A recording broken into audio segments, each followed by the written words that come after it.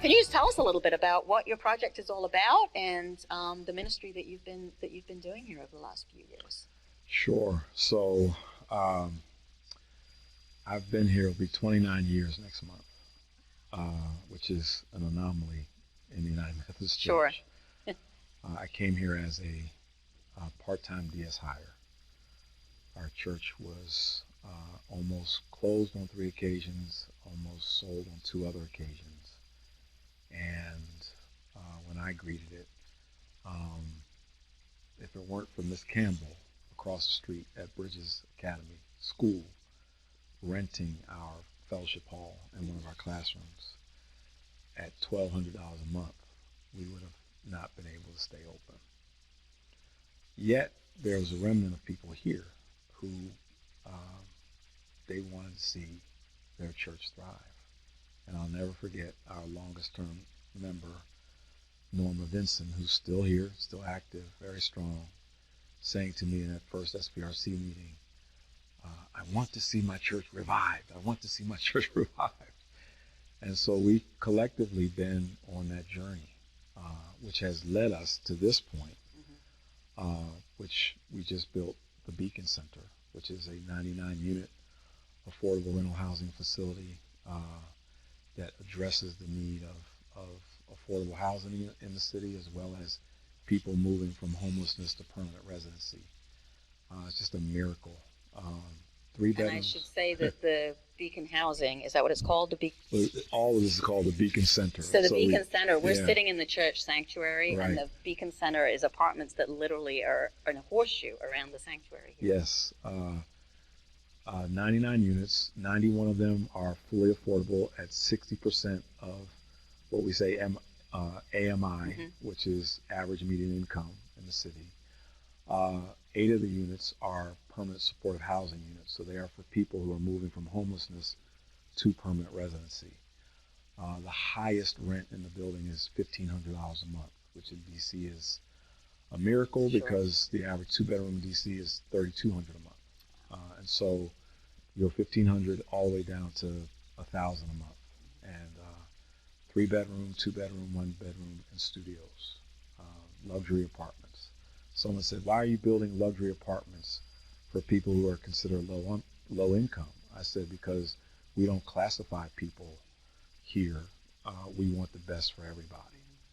And do I understand that it's actually a 501c3 that funded this project? Yes.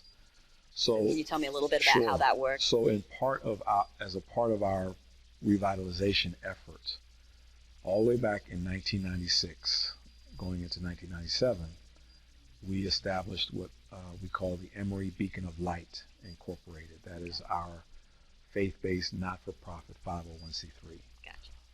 I happened to go to an urban ministry conference in Chicago in 1995. And I was walking down the hall trying to determine which workshop I was going to, because all these workshops. And there was a minister standing out in front of the room where he was teaching. And I was just walking by. He said, hey, man, you ought to come to my workshop. So I went to his workshop, and that's when I first learned about the power of a local church having a 501c3 faith-based community development corporation. So we established the Beacon of Light almost 25 years ago. Okay. Yeah. And we did it. And at that time, what were you funding back then? I mean, what was so the reality of this neighborhood back then was we had a serious heroin distribution problem. We had a serious alcoholism problem.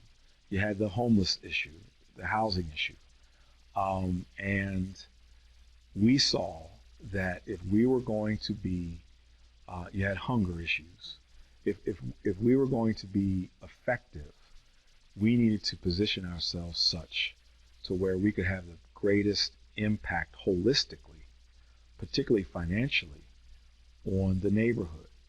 We realized that tithes and offerings were our foundation, and still are, because we believe that that's the base of financial wholeness. We also realized that because of the separation of church and state, that we could not access larger amounts of money. Sure. Which is why we needed the separate 501c3. Yeah. With that, you can, the sky's the limit. And so we did that because we realized that in order for our neighborhood, our community to be whole, and wholeness is at the root of our vision here, that we needed to financially, structurally position ourselves to be able to go after larger resources. And so the Beacon of Light became the mission arm of Emory United Methodist Church. Right. That's how we postured it. First effort became transitional housing. Mm-hmm. How do we house homeless families? And then when we started this effort, we did 2 capital campaigns that netted us $1.4 million. Okay. But this development cost a lot more than $1.4 million. Yes, it did. So tell us about that. So what we simply did was we leveraged the money we raised from the capital campaign, and we leveraged our property. Mm-hmm. And at the same time, we realized that while we were having an issue with affordable housing here in the community, the Brightwood community, it was just a microcosm of what was taking place across the city. Sure. Development was flying up, cost of living was increasing, but people having affordable places to live were becoming less and less available. And so we went to the city and we said, we have a collective problem. And that collective problem is affordable housing. And here's 1.4 million, and here's our leveraged property. Will you play ball? And the city said yes. So we had all of these relationships that we had formed and were forming in government, which is something that I stress constantly to congregations, that you must get to know your community. You must understand the various sectors and community, because if you don't, it's not going to happen. So we partnered with using our resources with government resources through federal government and local government entities, mm-hmm. and then some private donations, and we pulled all that together to build a $58 million project. Right, which is pretty amazing. Yeah, you get to learn not to be afraid of zeros. Yeah, I guess so. Numbers most of us in the church have not heard very often. Yeah. So, do you have money that you now have to repay? I mean, are you carrying a mortgage? Yes. So interestingly enough, and I think this is the power of our connection as the United Methodist mm-hmm. Church, we had organized 55 of the 58. Okay, so private said, here's money. Yeah. Government said, here's money. Local church said, here's money, but we were $3 million short. Okay. And so we went to the United Methodist Development Fund. And so we got a $3 million loan from what was then UMDF. Yep. And they have been incredible. That filled the gap mm-hmm. of the 38 million, of the 58 million. So with the rentals, mm-hmm. with the revenue coming from the rents, that pays back pieces of our financial package that we owe back to government and private entities. Sure. And so that part is covered. Mm-hmm. The church has to pay back the $3 million. Okay. And that's the risk we took. Mm-hmm. And we took a different risk than a lot of churches do. And it's all a matter of what works for a church. Where we were was, we felt that God had given us a vision of helping people in the margins have an affordable place to live. And so we had a number of developers here approach us, say, why don't you just build market rate housing? You build market rate housing, church gets a ton of money, okay, millions of dollars. We don't have to worry about finances. We just kind of kick back. But you've given your property over to a developer and you lose your vision, okay? You can't work vision through the property. And we didn't want that to happen for us. That was just not for us. So we decided that we would become co-developers. And so the Beacon of Light is a co-developer of this project, right, along with a development company named the Community Builder, which is the largest not-for-profit development company on the East Coast. Okay. And they have been a tremendous partner. Mm-hmm. I think the transformative thing for me, and I'm reaching in my pocket to get some keys. So I have 2 lanyards like this that have keychains on them. And the power of doing this kind of work is this. After worship one Sunday, not long after we moved in here, a man came up to me, and I knew the man, and I had heard he had just moved into one of the units. And he came up to me that Sunday after we had moved in here, and he said, "Rev, I just want to thank you." And I said, "For what?" He said, I just want to thank you." I said, "For what, man?" And he said, "I moved in." I said, "Man, that's great." And then he reached in his pocket, and I had these keys, which are church keys, sure, and then my own keys. Right. He reached in his pocket, he had one key, and he said to me, "Rev, I have not owned a key in 30 years, and I just want to thank you because now I have a place to stay." And so, you know, I still tear up and cry. You know, here I am, all these keys in my hand, and this guy hasn't owned a key in 30 years. And that makes the risk-taking and the sleepless nights and all of what we went through just to get to this place worth it. It's an awesome story. And I'm sure it's not over. No, it's not over. What's in your future?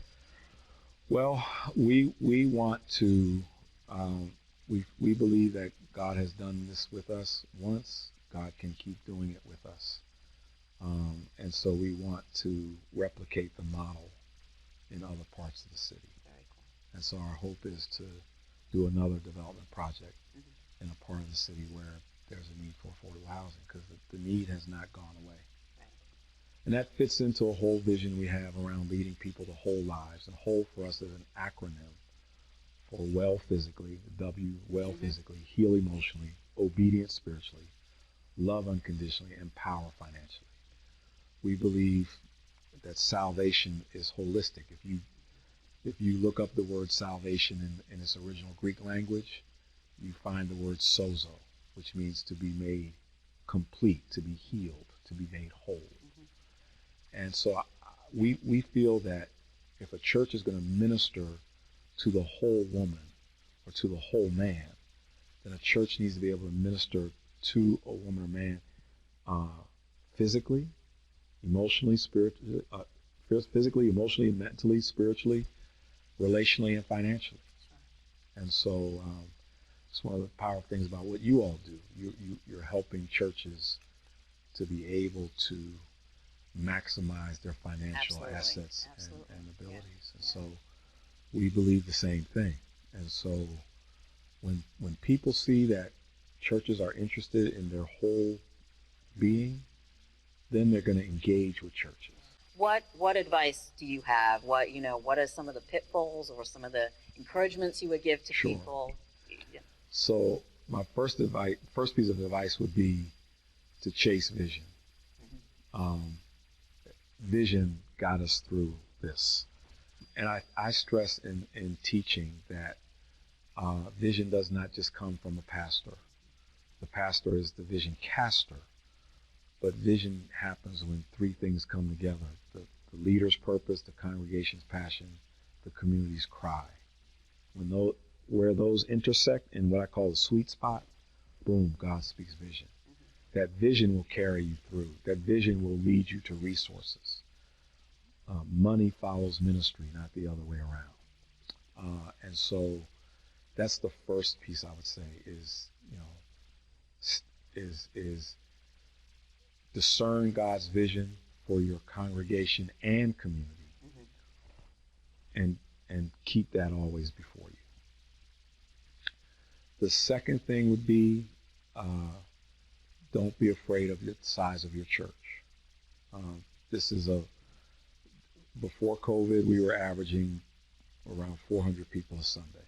Okay, so you're like, how's a 400-member church build a $58 million project? Okay, there are mega churches who aren't doing what you're doing.